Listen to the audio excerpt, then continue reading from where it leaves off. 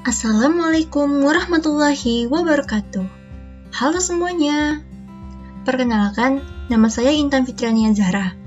Dan pada video kali ini, saya akan menjelaskan tentang bagaimana sistem indera pada ikan atau pisces. Untuk tahu lebih lanjut, yuk simak penjelasan berikut ini. Sistem indera merupakan sistem organ yang memiliki reseptor khusus untuk menerima rangsangan seperti aroma, rasa, penglihatan, pendengaran, dan menjaga keseimbangan tubuh. Sistem indera memerlukan bantuan sistem syaraf yang menghubungkan badan indera dengan sistem syaraf pusat. Organ indera umumnya terdiri dari organ penglihatan, penciuman, pendengaran, perasa, dan peraba. Berdasarkan sumber stimulus, organ indera dapat dibedakan sebagai berikut. Yang pertama ada eksteroseptor, menerima reseptor peraba dan penglihatan. Yang kedua ada proprioseptor, menerima stimulus dari otot, sendi, urat, dan kanalis semikularis. Dan yang ketiga ada enteroseptor, menerima stimulus dari faktor-faktor di dalam tubuh seperti suhu, kadar gula darah, dan kadar kalsium. Alat penerima rangsang pada ikan disebut sebagai reseptor. Reseptor bekerja secara khusus dan reseptor hanya menerima jenis rangsangan tertentu. Dalam satu individu hewan dapat ditemukan berbagai macam reseptor. Berdasarkan jenis rangsangan yang dapat diterimanya, reseptor dibedakan menjadi 6. Yang pertama ada kemoreseptor, yang kedua termoreseptor, yang ketiga mekanoreseptor, yang keempat fotoreseptor, yang kelima magnetoreseptor, dan yang keenam elektroreseptor. Nah, sekarang bagaimana sih organ olfaktori atau penciuman pada ikan? Pada sebagian besar ikan, neres atau nostril berupa kantong buntu. Hanya sedikit ikan saja yang mempunyai saluran yang menghubungkan neres dengan rongga mulut. Di dasar kantong terdapat lapisan epitelium yang terhubung langsung dengan otak. Organ pendengaran dan keseimbangan pada ikan berupa telinga.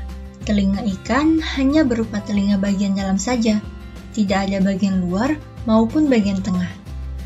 Karena tidak mempunyai gendang telinga, vibrasi yang diterima oleh ikan akan disampaikan oleh jaringan tubuh, terutama pada linea lateralis ke telinga.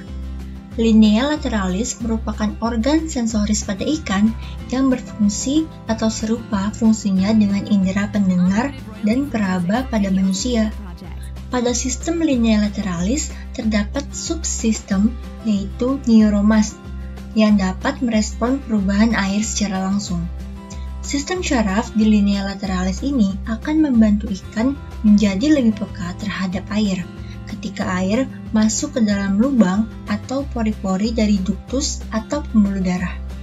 Beberapa ikan juga dapat menggunakan linea lateralis ini untuk mendeteksi tekanan air, sehingga dapat mengontrol gerakan ikan saat berenang.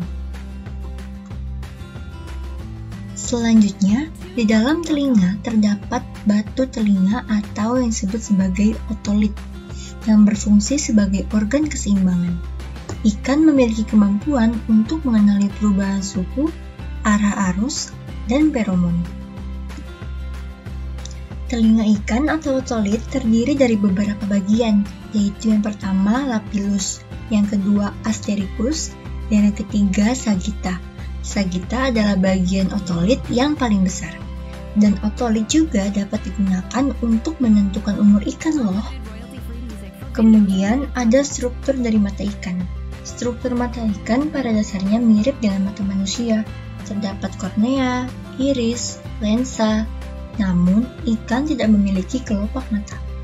Biasanya struktur mata ikan bermodifikasi untuk melihat cahaya dan mengenali suatu gerakan. Contoh lain untuk memburu mangsa, mengenali lawan jenis, dan mengenali kelompoknya. Ada beberapa ikan yang mempunyai mata spesifik dari hasil adaptasi ini. Contohnya ikan yang sangat terkenal di Amerika Selatan, yaitu four-eye fish atau Annabelle. Bagian mata dari ikan terdiri dari 3 lapisan konsentris, yakni yang pertama lapisan eksternal. Lapisan ini terdiri dari sklera dan kornea. Yang kedua lapisan medial. Lapisan ini terdiri dari uvea. Dan yang ketiga yaitu lapisan internal. berupa jaringan syaraf dan retina. Di samping lapisan tersebut, komponen tambahan mata ikan adalah aqueous humor, corpus vitreus, dan lensa. Nah, itu tadi penjelasan terkait dengan sistem indera pada ikan.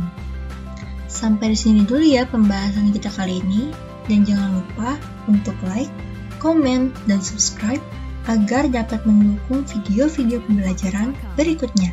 Sampai jumpa!